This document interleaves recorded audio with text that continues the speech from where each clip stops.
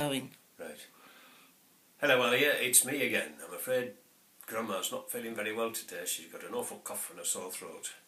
So you're going to have to make do with me, and I hope that's okay.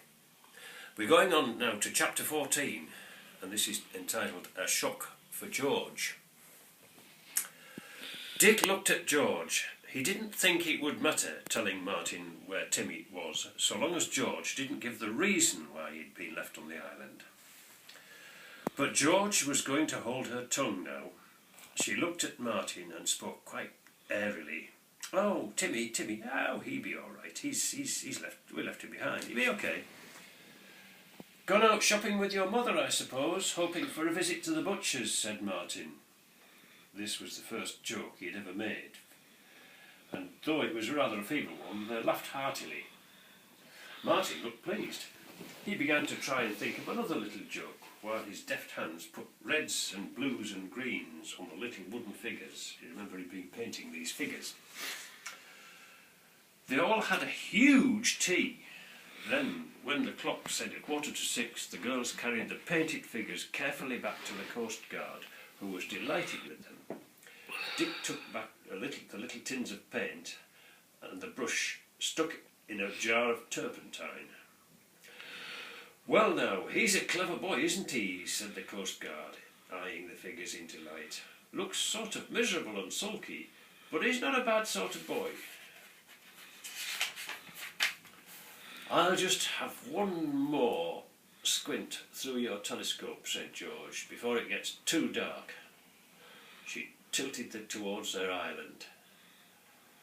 But there was no more sign of Timmy, or of her father either. She looked for some time and then went to join the others. She shook her head as they raised their eyebrows inquiringly. They washed up the tea things and cleared away neatly. Nobody felt as if they wanted to wait and see Mr. Kirrin. They didn't feel as they liked him very much, now that they knew how hard he was on Martin. "Thanks for a lovely afternoon," said Martin, limping to the door with them. "I've enjoyed my spot of painting, to say nothing of your company." "You stick out for your painting," said Julian. "If it's the thing that you've got to do, and you know it, you must go all out for it, you see?" "Yes," said Martin, and his face went sullen again. "But there are things that make it difficult, things I can't tell you. Oh well, never mind. I dare say it'll all come right one day, and I'll be a famous artist with pictures in the Academy." "Come on quickly," said Dick in a low voice to Julian. "There's his father coming back." They hurried off down the cliff path, seeing Mr. Kirrin out of the corner of their eyes, coming up another path. "Horrid man," said Anne, forbidding Martin to do what he really longs to do. "And he seemed so nice and jolly and all over us, didn't he?" "Well, very all over us," said Dick, smiling at Anne's newfound word. "But there are a lot more people like that. One thing at home and quite another thing outside." "I hope Mr. Kirrin hasn't been trying to explore that passage in the side of the quarry," said George, looking back and watching the man walk up to his back door. "It would be too bad if he butted in and spoilt all our fun. I mean, there may be nothing to discover at all, but it will be fun finding it, even if there is nothing." "Very involved," said Dick with a grin, "but I gather what you mean. I say, that was a good tea, wasn't it?" "Yes," said George, looking all around her in an absent-minded manner. "What's up?" said Dick. "What are you looking like that for?" "Oh, how silly of me. I was just looking for Timmy," said George. "You know, I'm so used to him being always around at my heels or somewhere nearby that I can't get used to him not being here." "Yes, I feel a bit like that too," said Julian, "as if there was something missing all the time. Good old Tim. We shall miss him awfully, all of us, but you most of all, George." "Yes, especially on my bed at night," said George. "I shan't be able to go to sleep with him for ages and ages. I'll wrap a cushion in a rug and plonk it down on your feet when you're in bed," said Dick. Then it'll feel like Timmy. It won't. Don't be silly, said George rather crossly. And anyway, it wouldn't smell like him. He's got a lovely smell. Yes, a Timmy smell, agreed Anne. I like it too. The evening went very quickly, playing the endless game of Monopoly again. Julian lay in bed later, watching for his uncle's signal. Needless to say, George was at the window too. They waited for 10:30. "Now," said Julian, and just as he spoke, there came the first flash from the lantern in the tower. "1," counted George. "2, 3, 4, 5, 6. She waited anxiously to see if there were any more, but there weren't. "Now you can go to bed in peace," said Julian to George. "Your father is all right, and that means Timmy is all right too. Probably he's remembered to give Timmy a good supper, and if he hasn't, and has had some himself as well. Well, Timmy would soon remind him if he forgot to feed him. That's one thing," said George, slipping out of the room. "Good night, Dick. Good night, Ju. See you in the morning." And back she went to her own bed and snuggled down under the sheets. It was strange not to have Timmy on her feet. She tossed him out for a while, missing him, and then fell asleep quite suddenly. She dreamt of her island. She was there with Timmy, and they were discovering ingots of gold down in the dungeon. What a lovely dream. Next morning dawned bright and sunny again. This April sky was as blue as the forget-me-nots coming out in the garden. Forget-me-nots are little blue flowers, Alia, but then you probably know that, don't you? George gazed out of the dining room window at breakfast time, wondering if Timmy was running about her island. "Dreaming about Tim," said Julian with a laugh. "Never mind, you'll see him soon, George. Another hour or so and you'll feast your eyes on him through the Coast Guard's telescope." "Do you really think you'll be able to make out Tim if he's in that tower with your father at 10:30? asked her mother. "I shouldn't have thought you would be able to."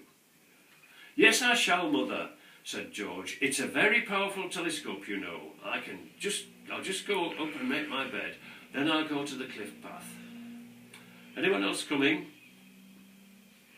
"I want Anne to help me with some turning out," said her mother. "I'm looking for some old clothes to give to the vicar's wife for her jumble sale.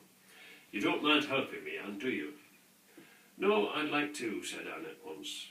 "What are the boys going to do?" "I think I must do a bit of my holiday work this morning," said Julian with a sigh. "I don't want to, but I've kept putting it off. You'd better do some too, Dick. You know what you're like. You'll leave it to the last day if you're not careful." "All right, I'll do some too," said Dick. "You won't mind scooting up to the Coast Guard's cottage alone, will you, George?" "Not a bit," said George. "I'll come back just after 10:30, as soon as I've spotted Timmy and Father." She disappeared to make her bed. Julian and Dick went to fetch some books. Anne went to make her bed too, and then came down to help her aunt.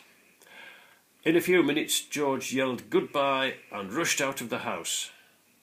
"What a hurricane," said her mother. "It seems as if George never walks, if she can possibly run. Now, Anne, put the clothes in 3 piles, very old, the not so old, and the quite nice." Just before 10:30, Julian went up to his window to watch for the signal from his uncle. He waited patiently. A few seconds after the half hour, the flashes came.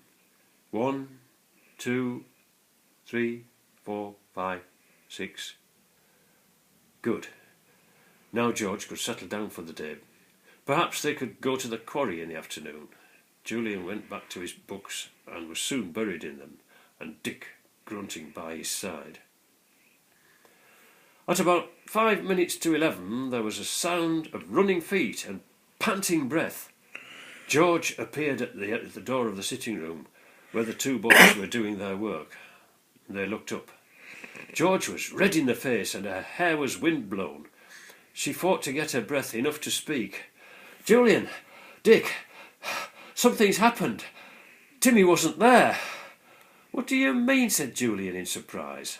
George slumped down on a chair, still panting. The boys could see that she was trembling too. "It's serious, Julian. I tell you, Timmy wasn't in the room, in the tower, when the signals came." "Well, it only means that your absent-minded father forgot to take him up with him," said Julian, in his most sensible voice. "What did you see?" "I had my eye glued to the telescope," said George, "and suddenly I saw someone come into the little glass room at the top. I looked for Timmy, of course, at once, but I tell you, he wasn't there. The 6 flashes came, the man disappeared, and that was all. Timmy, no Timmy. Oh, I do feel so dreadfully worried, Julian." "Well, don't be," said Julian soothingly. "Honestly, I'm sure that's what happened. Your father forgot about Timmy. Anyway, if you saw him, obviously things are all right." "I'm not thinking about father," cried George. "He must be all right if he flashed his signals. I'm thinking about Timmy. Why, even if father forgot to take him, he'd go up with him. You know that." "Your father might have shut the door at the bottom and prevented Timmy from going up," said Dick. "Oh, he might," said George, frowning.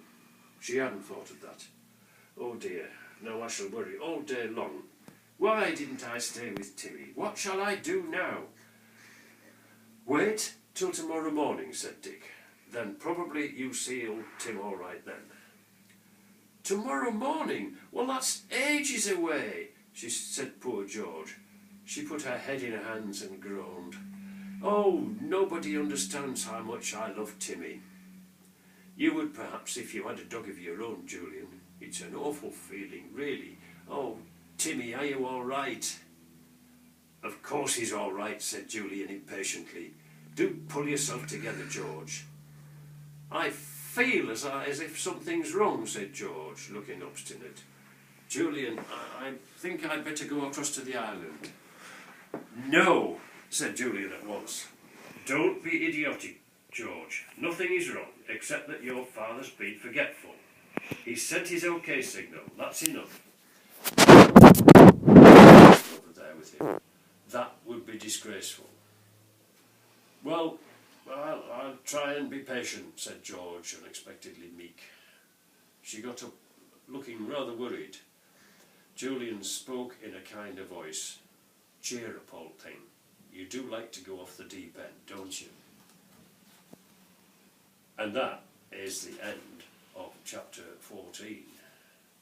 We will have to wait and see what happens next. Chapter 15 is the next one, which is entitled "In the Middle of the Night." Well, we'll see what happens then. So, bye-bye for now. See you again soon.